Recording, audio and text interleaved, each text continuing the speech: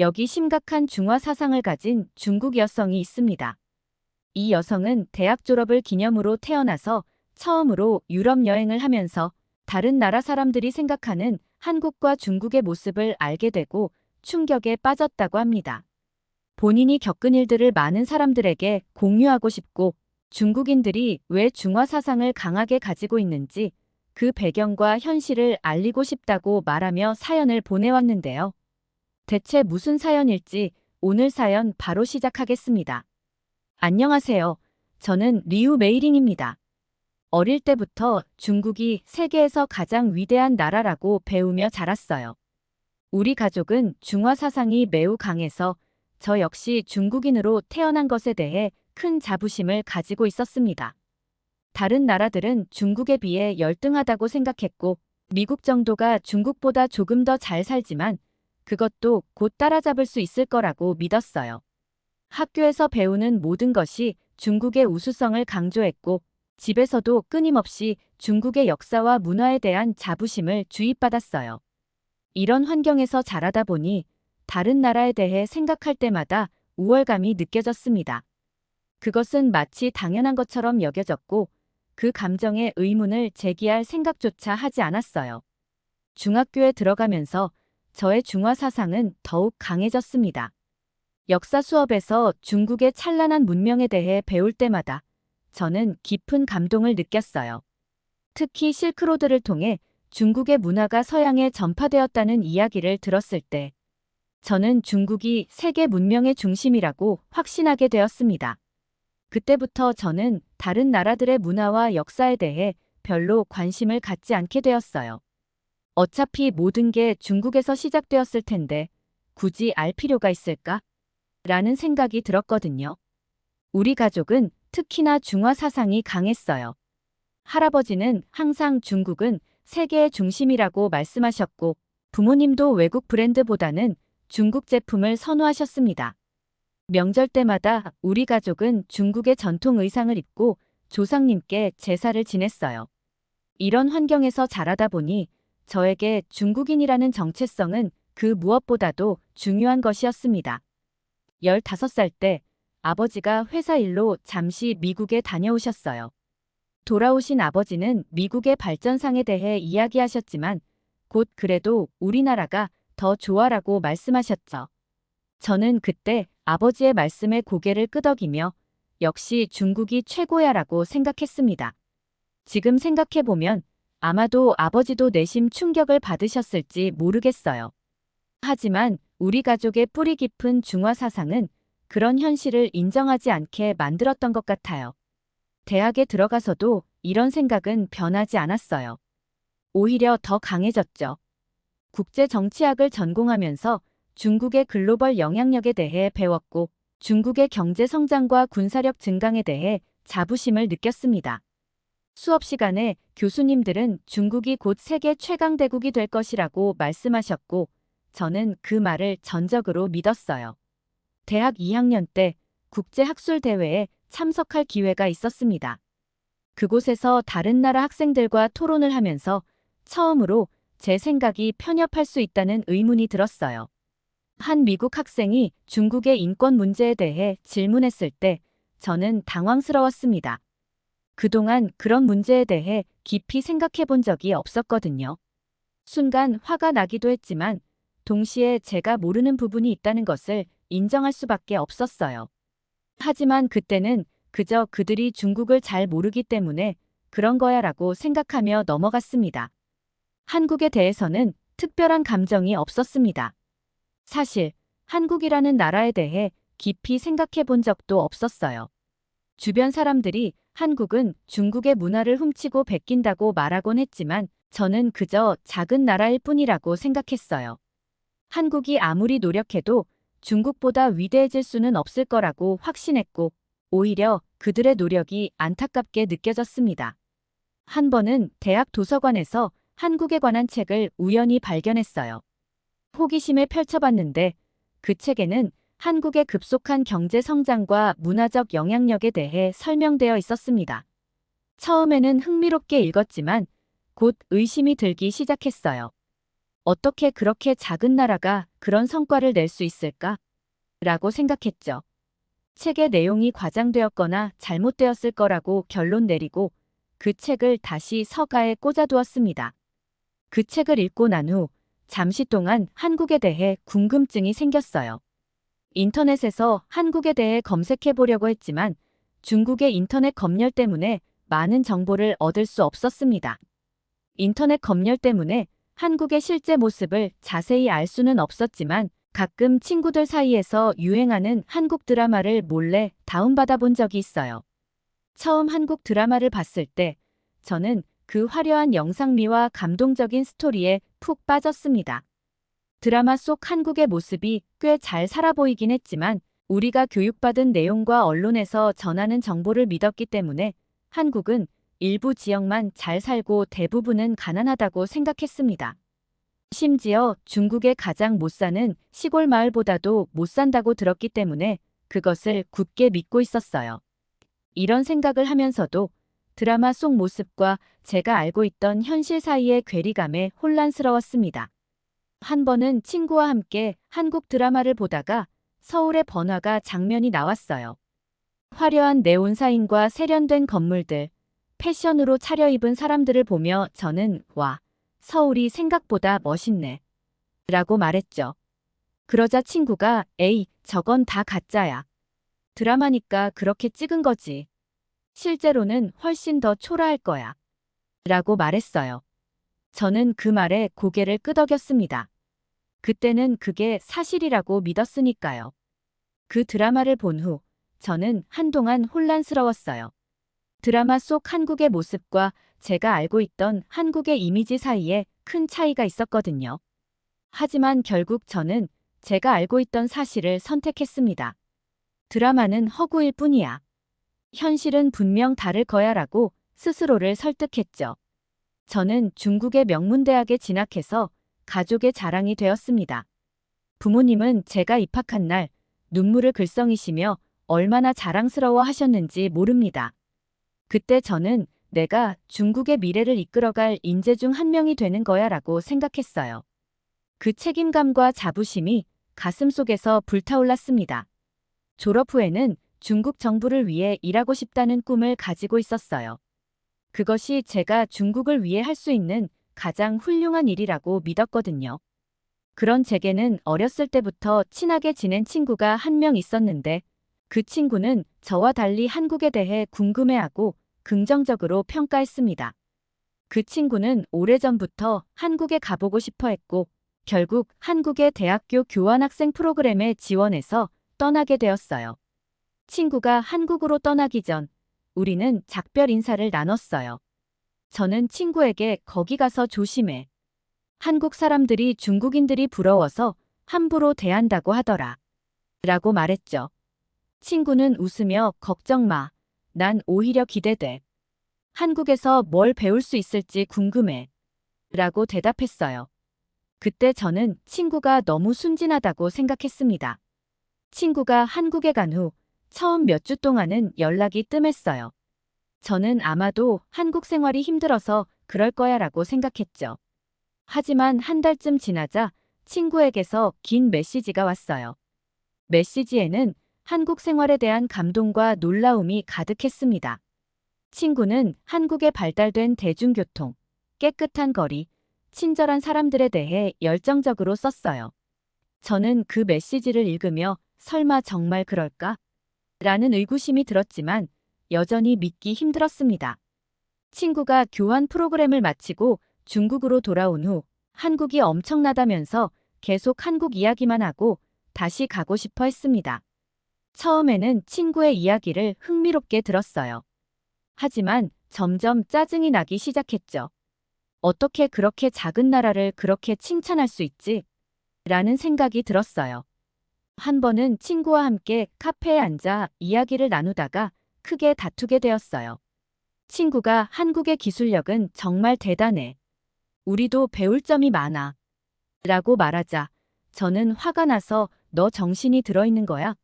우리가 어떻게 그런 작은 나라에서 배워? 오히려 그들이 우리한테 배워야 할 게 훨씬 많아.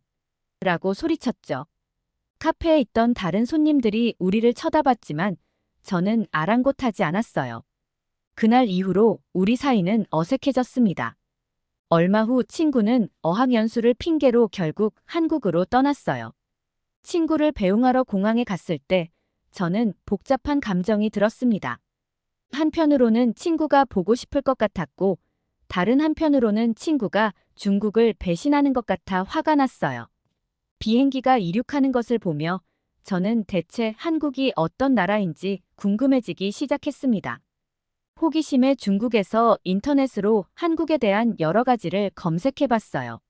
하지만 한국의 좋은 이야기보다는 한국인들이 중국인들을 무시한다는 이야기밖에 찾을 수 없었습니다. 한 기사에서는 한국 드라마에서 중국 문화를 왜곡하고 있다고 비판하고 있었고, 다른 기사에서는 한국 기업들이 중국의 기술을 훔쳐 성공했다고 주장하고 있었어요. 이런 기사들을 읽으며 저는 한국에 대한 반감이 더 커졌습니다. 한국 같은 작은 나라의 사람들이 중국을 무시한다는 사실에 화가 나서 한국을 더 싫어하게 되었어요. 우리가 얼마나 위대한 나라인데 감히 우리를 무시해? 라는 생각이 들었죠. 그때 저는 한국에 대해 더 알아볼 생각은 하지 않았어요. 오히려 한국에 대한 부정적인 정보만 찾아 읽으며 제 생각을 정당화하려 했습니다. 대학 생활 동안 저는 장 웨이라는 친구와 가까워졌습니다. 장 웨이는 저보다도 더 강한 중화 사상을 가지고 있었어요. 그녀의 부모님은 모두 중국 정부에서 일하고 계셨고, 그녀 역시 졸업 후 정부에서 일할 계획이었죠. 장 웨이와 저는 자주 중국의 위대함에 대해 이야기를 나누곤 했어요. 그녀는 항상 우리나라는 곧 세계를 이끌 것이라고 말했고, 저 역시 그 말에 깊이 공감했습니다. 우리는 서로의 생각을 강화시키는 관계였던 것 같아요. 졸업을 앞두고 장 웨이와 저는 함께 졸업기념 여행을 가기로 했어요. 우리는 유럽 여행을 계획 후 준비하는 과정에 있었는데 한국으로 떠난 친구에게서 연락이 왔어요. 친구는 제가 졸업한다는 소식을 듣고 축하한다며 한국에 와서 자기를 만나보지 않겠냐고 제안했습니다. 처음에는 장웨이가 하도 기겁을 해서 거절하려고 했어요. 하지만 친구의 끈질긴 설득에 결국 저 혼자 한국을 잠시 경유하고 유럽에서 만나기로 한 거죠. 솔직히 말하면 한국에 가서 제가 알고 있던 한국의 모습을 직접 확인하고 싶은 마음도 있었어요. 분명 가난하고 발전되지 않은 모습을 볼 수 있을 거야라고 생각했죠.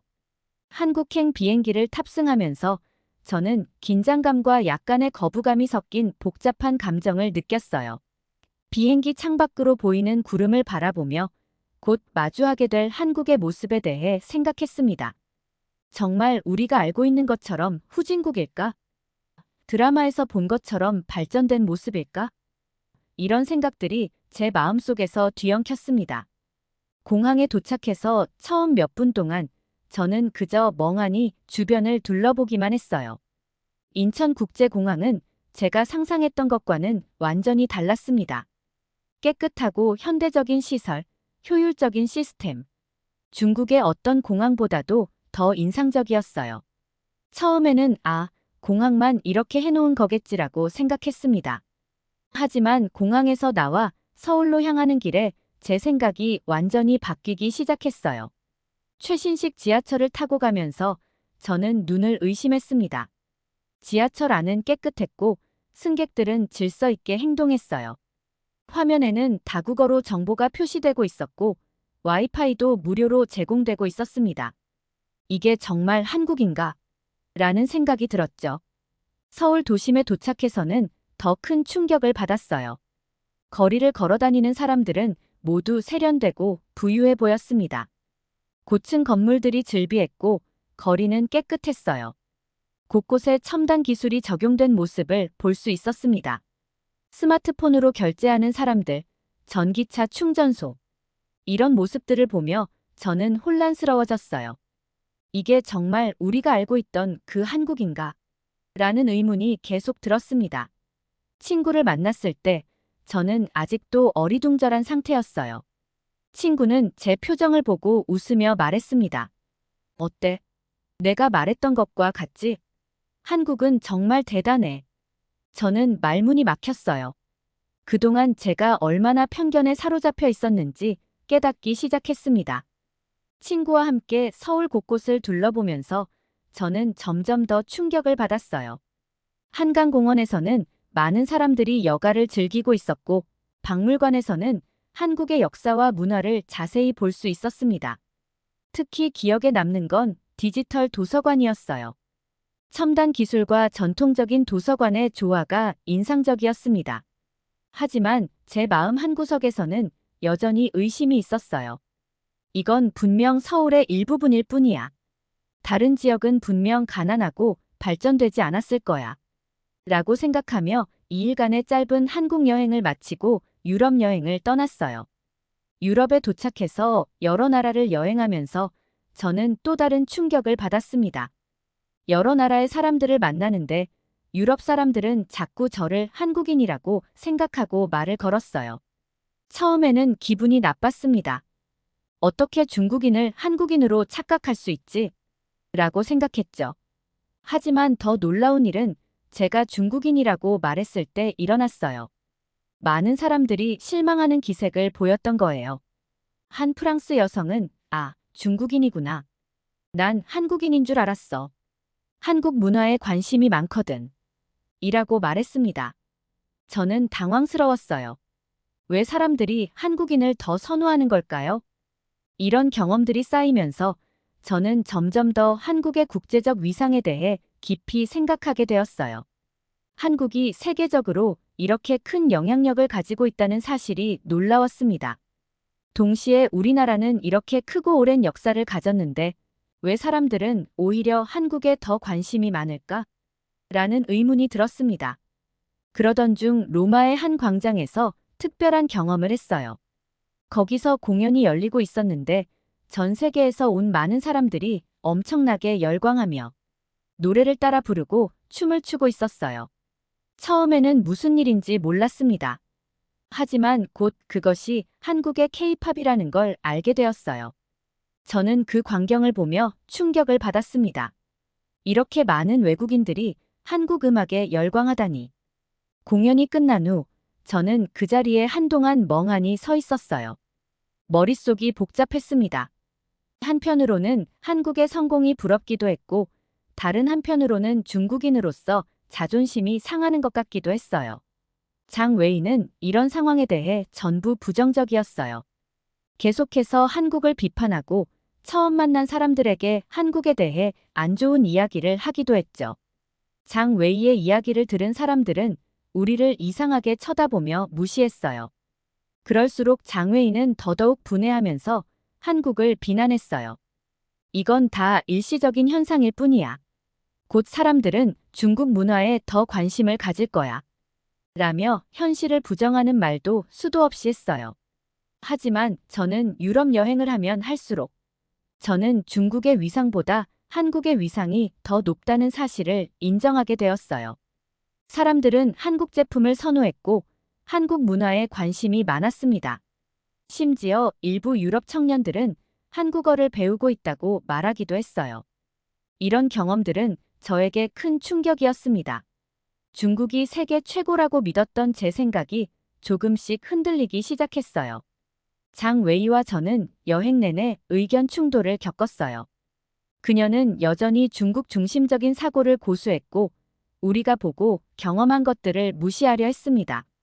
결국 우리는 여행의 마지막 부분을 따로 보내기로 결정했습니다.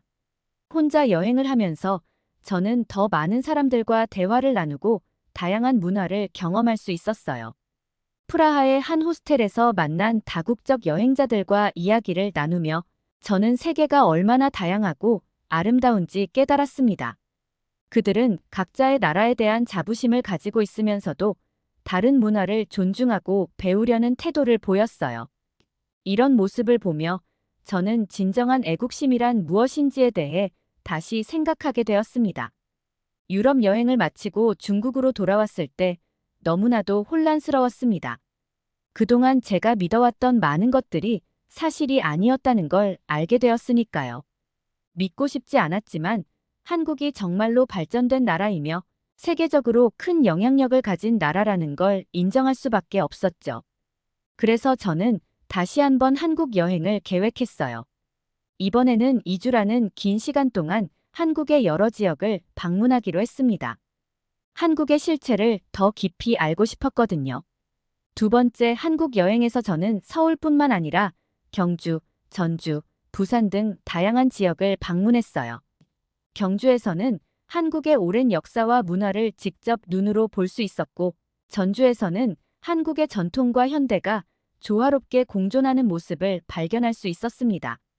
특히 부산에서의 아름다운 자연은 정말 감동적이었어요. 깨끗한 해변, 현대적인 마천루들, 그리고 활기찬 시민들. 해운대 해변을 거닐면서 저는 주변의 모든 것을 자세히 관찰했어요. 깨끗한 모래사장, 쓰레기 하나 없는 바다, 그리고 질서 있게 해수욕을 즐기는 사람들. 이 모든 것이 제가 알고 있던 한국의 이미지와는 너무나 달랐습니다. 저녁에는 부산의 유명한 시장을 방문했어요. 그곳에서 다양한 한국 음식을 맛보며 저는 한국 문화의 깊이를 느낄 수 있었습니다. 시장 상인들의 활기찬 모습, 손님들과 주고받는 정겨운 대화. 이런 모습들이 제 마음을 따뜻하게 만들었어요. 시장에서 저는 특히 한 할머니 가게에 오래 머물렀어요. 할머니를 도와주던 손녀가 중국어를 할 줄 알아서 저는 그 식당에서 오랫동안 대화를 하게 되었어요. 그분은 40년 넘게 같은 자리에서 장사를 해오셨다고 했죠. 할머니의 이야기를 들으면서 저는 한국의 급속한 발전, 이면에 있는 보통 사람들의 노력과 헌신을 느낄 수 있었습니다. 할머니는 힘들었던 시절의 이야기부터 지금의 풍요로운 삶까지 한국의 변화를 생생하게 들려주셨어요. 이 이야기를 들으며 저는 한국의 발전이 단순히 외형적인 것만이 아니라는 걸 깨달았습니다.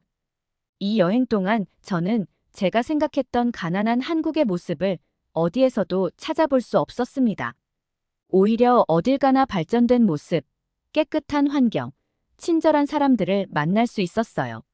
심지어 작은 시골 마을에서도 고속 인터넷이 가능하다는 사실에 놀랐습니다. 하지만 가장 충격적인 경험은 따로 있었어요. 한국에서 무례하고 함부로 길에 쓰레기를 버리는 사람들을 발견했는데 알고 보니 그들이 한국인이 아니라 중국인 관광객이었던 거예요.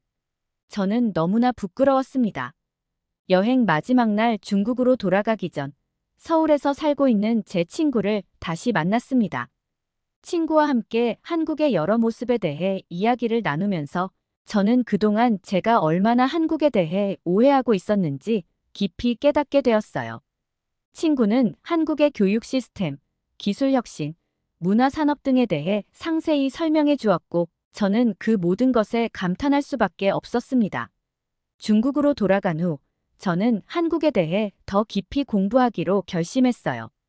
한국어를 배우기 시작했고 한국 역사와 문화에 대한 책을 읽기 시작했습니다. 하지만 이 과정에서 저는 또 다른 문제에 직면했어요. 중국에서 접할 수 있는 한국 관련 정보들이 매우 제한적이고 편향되어 있다는 사실을 알게 된 거예요. 그래서 저는 과감한 결정을 내렸습니다. 어학연수를 핑계로 한국으로 떠나기로 한 거예요. 저는 계속해서 부모님을 설득하려고 노력했지만 부모님은 한국으로 가는 것을 끝까지 반대하셨어요.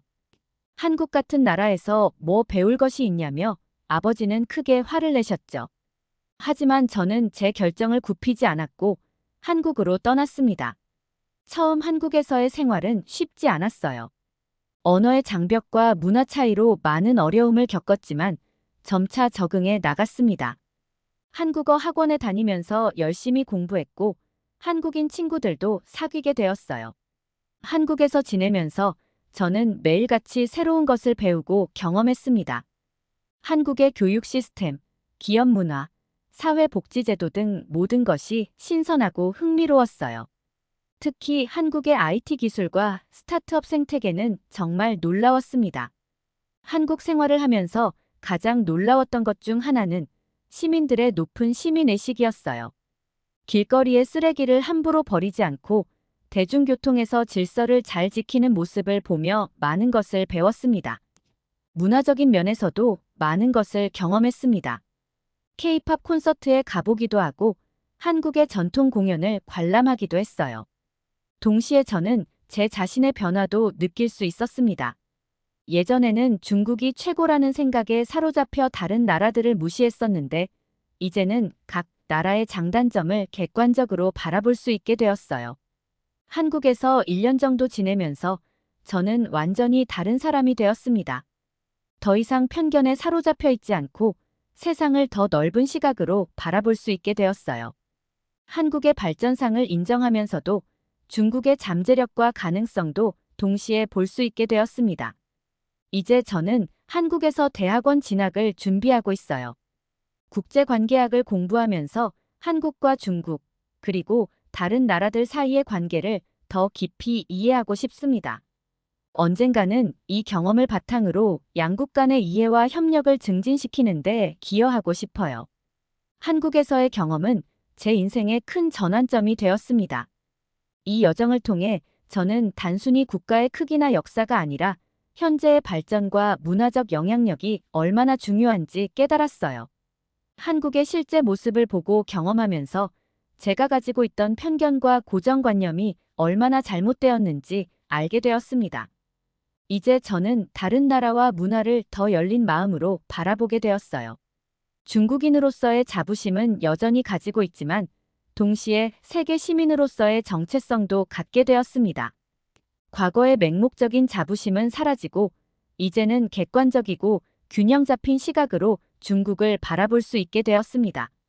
가끔 온라인에서 중국인들에 대한 부정적인 이야기를 접할 때면 여전히 마음이 아픕니다. 하지만 이제는 그런 비판을 듣고 이해할 수 있는 능력이 생겼어요. 과거의 저 역시 중화 사상에 깊이 빠져 있었고 많은 중국인들이 그렇게 생각할 수밖에 없는 현실을 잘 알고 있기 때문입니다. 이 사연을 나누게 된 이유는 두 가지예요. 첫째, 중국인들이 왜 그렇게 생각하게 되었는지 그 배경과 현실을 다른 이들에게 알리고 싶었습니다. 둘째, 저처럼 많은 중국인들이 새로운 경험을 통해 시야를 넓히고 변화할 수 있다는 희망을 전하고 싶었어요. 제 경험을 통해 더 많은 사람들이 편견에서 벗어나 세상을 새로운 눈으로 바라볼 수 있게 되기를 간절히 바랍니다. 사연 보내주신 리우메이링님 감사합니다. 리우메이링님이 말하신 것처럼 많은 사람들이 편견에서 벗어나 세상을 새로운 눈으로 바라볼 수 있게 되었으면 좋겠다는 생각이 듭니다. 오늘 사연이 재미있으셨다면 구독과 좋아요, 알림 설정까지 부탁드립니다. 더 재미있는 사연으로 돌아오겠습니다. 이상 감동 탐험이었습니다.